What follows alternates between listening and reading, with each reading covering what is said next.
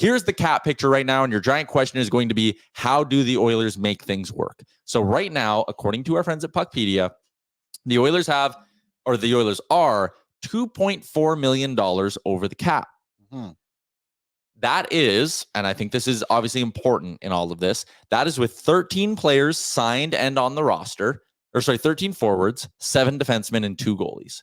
Yeah. So there are names on the roster that I don't think will be on the roster. They need to sign Holloway. They need to sign Broberg. But I think when you look at the way Puckpedia kind of has it lined up right now, take Josh Brown's $1 million, slide it over to Philip Broberg. Sure. Take Derek Ryan's $900K, slide it over to Holloway. I know people are going to be like, that's way too low. Well, neither of them played a lot in the regular season. Neither of them have arbitration rights. Remember the Ryan McLeod deal that one year? It was like $780K. It was basically league min. Dylan Holloway's only options and Broberg's only options are sign an offer sheet somewhere or take what the Oilers are offering you. Yeah, I don't even know what their qualifying offer would even be, but I don't think they're getting any more than $1 million. No. Broberg, again, played 12 good games in the playoffs. Yeah. Granted, great, did good job, earned a spot for next season, but he's got to do it for 82 games plus, and he just hasn't yet. Yeah. So there are 2 obvious ways. So again, saying Josh Brown gets Broberg's money and saying Holloway gets Derek Ryan's money, just to make the math simple for now. Yeah. You're still $2.4 million over with 13, 7, and 2, which is a relatively full roster. That's what you want, right? That's a 22-man roster. Where there are a couple of different ways you could go about this. You could trade Ceci. That would be my preference, would be to trade Ceci. You could try and trade Evander Kane. I don't think you're going to have a lot of luck doing that. I know some people have connected him to the Anaheim Ducks as like hey, if you go to Kane, the Ducks haven't spent anything. If you go to Anaheim and are like, here's a guy who can be gritty and play in your top 9, you have all the cap space in the world, take him off our hands. Maybe he'd be willing to go to California. Maybe the Ducks would be willing to take a chance on him because they need to do something. Anaheim hasn't done it. It's embarrassing how inactive they've been. But regardless, you could try to trade Kane, or you could try to trade Ryan McLeod. Now, my order of preference is Ceci, Kane, then McLeod. And the Kane and McLeod thing isn't even so much quality of player, although I do like Ryan McLeod. I like the versatility he brings your forward group. That's more of, I would love to get out of the term on Evander Kane's deal. But anyways, my preference is Ceci 1, Kane 2, McLeod 3. In terms of who's the easiest to move out of the bunch, McLeod's without a doubt the easiest to move. Yeah, most potential. And Mulek says McLeod's only making 2.1. Why trade him? Because then you could run with us. Like, I'm just saying trading McLeod is probably last resort kind of thing. Yeah, I don't think it's the number one. It would be option. You're running with 12 forwards and 7 defensemen next year. You can make it work. You can kind of see how the math lines up in that regard. But I agree. He's on a decent contract. He's a decent player. I have no qualms with Ryan McLeod being an Oiler next season. I'm for it. I'm just saying, if you are in a pickle, that's a name you can try to flip out. Was that BM at the door? It was. BM, I brought you a present.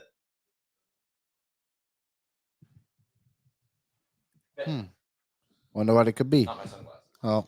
I'll take those. Bag Milk really likes hotel pens, so I got you one from Circa. I do. Like, have you tested it out though? Have you given it a go? And I wrote down all the baseball bets I wanted to do when I was in Vegas. Yeah, and I turned $113 into $688 with that pen. This pen is magic. Then it is. Well, I appreciate you. You know how I love hotel pens. Exactly. And people have gotten cheap with their hotel pens recently. That's Florida. Did you notice? Not even a pen in the room in Florida. I know. Garbage. I love when you go into a hotel, there's a pen and a notepad. That's what I want. You don't always need it, but it's got to be there. Sometimes that's all I want. Yeah. Listen, some people are shot glass people. Some people are magnet people. I'm a pen person. Thank you. Yeah. Thank you, BM. You can hear BM's takes on what the Oilers have gotten up to on ON Radio later today, also on Oilersnation.com. Can I read a quote on Jeff Jackson from Jeff Jackson on Kane's health? That is where I wanted to go next. So absolutely. This is from Jason Greger, by the way. He was going through an issue with his hip. We are going through the process to see what will occur, and he is getting the best care and advice from our doctors. We will discuss his options with his agent and get second opinions. This is where we're at, and nothing is planned, in brackets says rehab or surgery at this point, or just rest. I think that's where we're going. It might be. I don't think they would have brought in. I don't think he would be bringing it up if there wasn't that option. That too. And I don't know if they would go over the cap that heavily with the guys they have to resign too. I know you said the money kind of works still, but like without having a plan in place. Mm-hmm. So I think this is the plan. You'll not be surprised night one before the others take on the Winnipeg Jets. Kane finally got in for his surgeries back April 1st. Damn. So to see the Oilers do it would be great because we've complained about other teams doing it. We've been begging for the Oilers to be creative for a while. Yeah. Okay. A few of us will have to eat our words calling it cheap and cheating because now we're going to be cheaters if this ends up playing out. The only thing that makes me nervous about that is like it needs to be legit, right? Like the people who are just like, you can't just make up an Evander Kane injury. If something's actually bugging him, sure. I also, and again, I don't love skirting around things like this, but I'm not an insider. I'm not someone who comes on and spreads rumors or whatever. But there have been some frustrations, I think, with the organization and Kane's injuries. Well, he's been injured a lot recently. He's been injured a lot. I think during the season, again, we had the whole issue of Chris Knobloch saying he's hurt, and Kane says he's healthy, and like, yeah. And I'll leave it at that. There's been frustrations with Kane's injuries and maybe how they're being handled or how they're being reacted to. Does Evander Kane want to be a third or fourth line winger in the NHL? Probably not. No, but I think Evander Kane wants to play with good players. Like obviously a guy like Draisaitl. So if this happens and then he comes back in the playoffs and it's like, hey Evander, you are going to play alongside Dylan Holloway and Henrique. Mm-hmm. It's a lot better than being like, hey, you're next to Fogle and McLeod. Yeah, maybe. You know, I just think. I just wonder if maybe Kane's not looking at these moves being like, I mean, hey, maybe that's happening too. And I mean, either one kind of benefits the others, I guess. I would prefer him to stay. When he's healthy, he's a great player for this team. Very good player. Yeah. In the first round of the playoffs, he was solid against LA, very physical against Vancouver too. He was blowing up Quinn Hughes every chance he got, and he's good when he can be. The problem is these last 2 years, his injuries have been kind of crazy.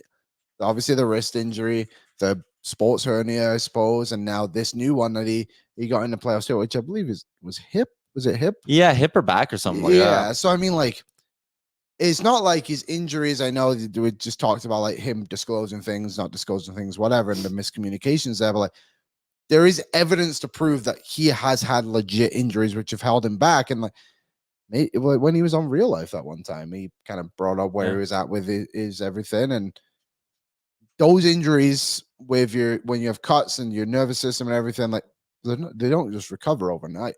So maybe this whole thing is just going to help him if he does go on LTIR for the season.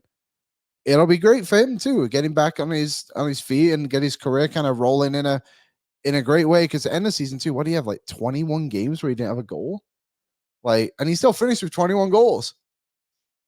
So I like Kane. I like him at his best.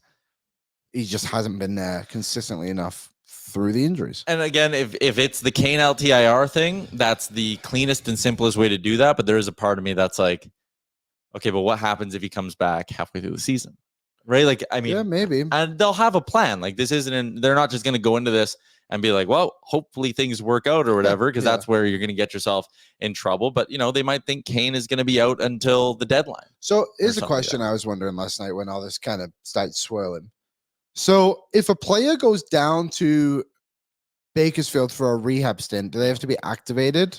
You can have, it's like 15 days or something. There's a timeline. You can't just keep him down there for good. So yeah, I knew that part. So if he went down hypothetically 2 weeks before the end of the season, played a few games in Bakersfield, got his feet back rolling, he wouldn't have to be part of the Oilers' active cap. No. Interesting. Only when you activate him. That's probably, I guess, what would happen.